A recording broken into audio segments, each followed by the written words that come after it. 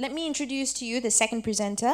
Nicole Chua holds a master's degree in specific learning differences with London Metropolitan University, UK, and has been teaching children with special learning differences for over 7 years.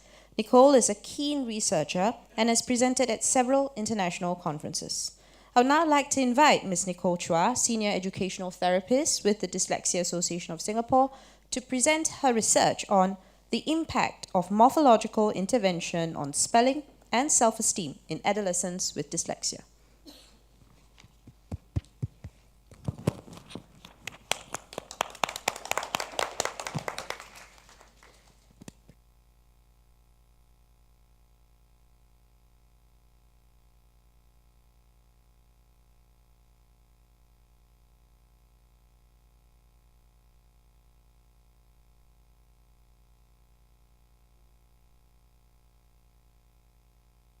Hello? Okay, still working. Okay, thank you everyone for being here. Today I'll be presenting about the impact of morphological intervention on spelling and self-esteem in adolescents with dyslexia. This article can also be found in the Asia Pacific Journal of Learning of Developmental Differences, Volume 2. Okay, so why did I embark on this study? One day, 5 years ago, my students began to complain that, learning sounds weren't really helping them spell in school. So they were very unmotivated and very unenthusiastic to come to class to learn and all that. So I had a feeling that I have to change my way of teaching. These students, this group of 3 students, have a spelling age that was stuck at 7 to 8 years old. They are actually 15 and 16-year-old boys, these 3. So their spelling has not improved for the past 4 years. They were stuck about 8 to 9 years old. Furthermore, I realized upon reading their report is that all of them actually had poor auditory processing diagnosed in their report. So I thought, instead of continuing to work on their weaknesses, why not work on their strength as a visual recognition. So after my study, I realized that some researchers have said that OG has sometimes failed to establish progress in secondary school students, as they do in younger students.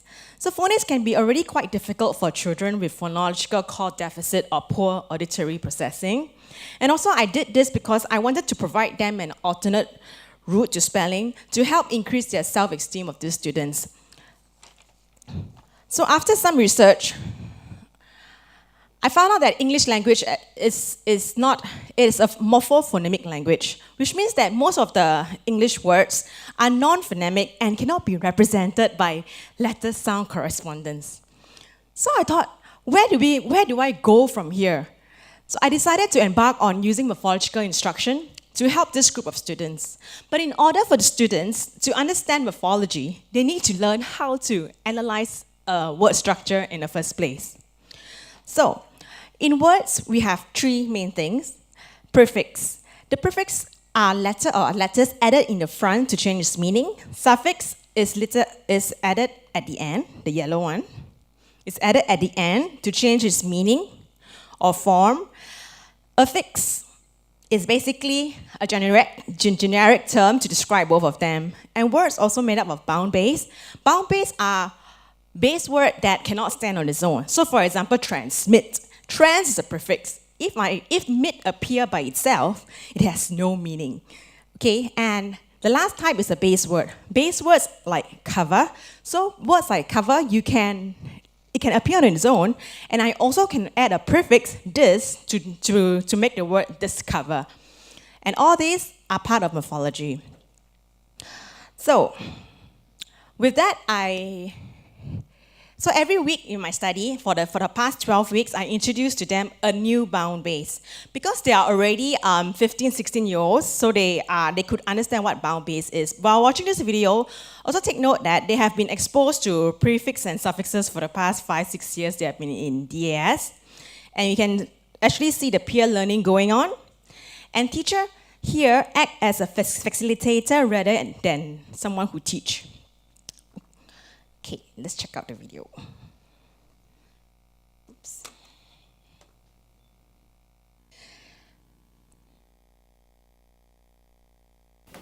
shoot out your... Send in, right? Admission, so you send in. Submit, send in your work. Okay, so termite admittant is not, okay, because it's not a root word, it's a word on its own. Okay, some more? Terminate. Terminate, no. Oh, come on. Like for example, you play Halo, right? They always give you a what? Mission. Mission, yes. Yeah, so small, you even know what hell. Your turn. I'm quite happening now. I know. I'm quite... Play like Halo. Okay, if a girl wants you to be her boyfriend, means that she wants you to what?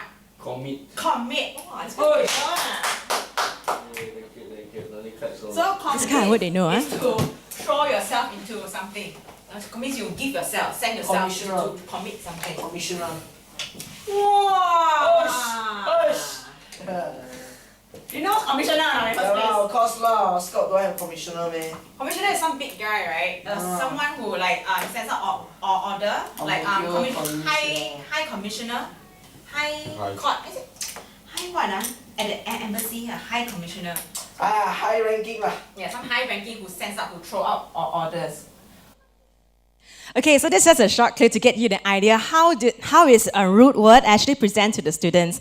So students make use of their listening vocab and their verbal vocab that they already know but may not know how to spell. So they feel the sense of success that they can do it. Okay, now let's go back to the slides. Okay, so some of the educators might be asking, so where do you start with prefix and suffix? Start with something that appear most frequent first. So you get them accustomed to like, oh, okay, because most of them already know in kindergarten, we already teach them what are prefix and suffix, just that they don't know the key term. Okay, so start with the most frequent one first, which can be found easily if you Google most common prefix and suffixes, you can see a list of them. Okay, so this is an example of a presentation stage where the students come out with the word, and from there, I try to add more suffixes to it so that they can see that, oh, you know, word not only need to be made up of one prefix or one suffix. So they can add additional. For example, as you can see the word dismiss, if you add the suffix al, you get dismissal. You add ed, becomes dismissed past tense.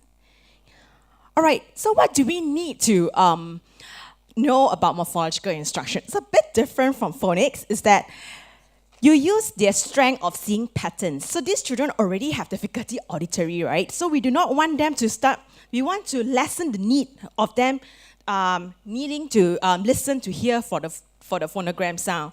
So we need to also show them that the pronunciation of the word might change, like the word sign, okay? Sign, you add the word become designate. Designate, the pronunciation of S-I-G-N changes, but the spelling remains. Okay, so tap on their reading and listening vocab to reduce the dependence on sound-letter correspondence. So that is what we want in the first place. So do not ask students to sound out prefix and suffixes that they cannot spell or recognize at that point of time. So for example, if you say suffix this, then they can't spell it. Don't go and tell them, okay, use your sounds. The purpose is to remove the dependence on using of sounds. So tell them the letter. What is prefix this? Is D-I-S. If they forget, tell them the letter, D-I-S. Okay, so you don't have to teach. A lot of people have misconceptions. Oh, you know, we got to teach one suffix at a time. There's so many of them. You don't have to teach them. The most important is that they recognize it as a pattern.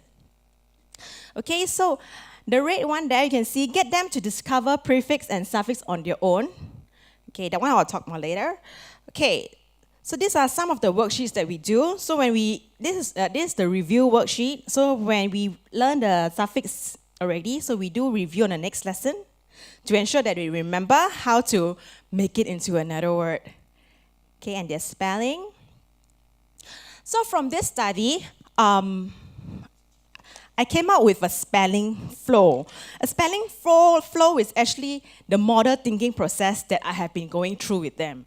So they don't need to remember all the roots and base words that I have taught, but they need to remember the method of how they're going to learn how to spell. It promotes the habit whereby students inquire new words. They see and try to, and they will automatically see a new word. They want to know how to find it. They want to know the base word, the prefix, and the suffix. So the first step here, when you want to spell a longer word, is to look first. Is there a base word in it? Is there a bound base? Identify the prefix and suffix and recall the morpheme by sight, because we're doing visual recognition here. However, if you cannot recall the morphemes by sight, then you will go back to your phonics. So you will still have to rely on your phonics. So, the three main concept skills here that I found through my study is that these three skills here need to be actively engaged with one another. They cannot do without each. So we have visual recognition, where they recognize the morpheme by sight. There's a meaning. You need to know the meaning of the word that you're going to spell to increase accuracy. Also, sound segmenting, which is where the phonics come in. Okay, so from here, visual and meaning means that you can read, right? You recognize it, you know the meaning, you can read. Meaning plus sound mean that you can spell, but may be inaccurate due to the inconsistent phonetic representation. As we know, the A sound, there's like 8 different types of A. All right, so the best way is to sound, meaning, visual. So that's the highest chance of getting this word spelling right. So I'm not promoting that we should totally forsake phonics instruction here.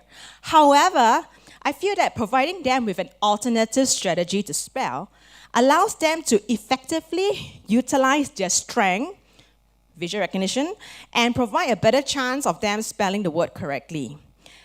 So as adults individual without dyslexic, we might already be using this method automatically. We just know. Okay, but for these children, for our dyslexic children, they need to be taught explicitly how they can make use of morphology to help them spell better. Okay, now let's look at how it's increased, how this whole thing increased their self-confidence. Remember, 15, 16 years old, fail English all their life, cannot spell 2-syllable words, simple 2-syllable words. But with this method, morphological instruction provides an increased chance of spelling accurately for older students. This increased success, in turn, increased their academic self-concept because they know actually I can do it. Then you want to try more. It's just human. Okay, so making them more eager to learn, and they are provided with an additional leverage, which is the compensating strategy. It puts lesser strain on their auditory processing memory, which they are very poor at, these three children in the study, as they can use visual memory of letter patterns for support instead. So, in conclusion, so there's a class of 5 boys, 3 which I do a study on. 3 were reading and spelling below 11 years for the past 4 years. But this way of teaching levels up their knowledge, as the weak spellers can now make use of their listening and visual vocab to learn something. They have a better chance of spelling the word correctly, as they can make use of their strength as visual learners, which is remembering the set of letter patterns, the prefix and suffix, and for spelling. So it's like acting as a compensatory strategy for them.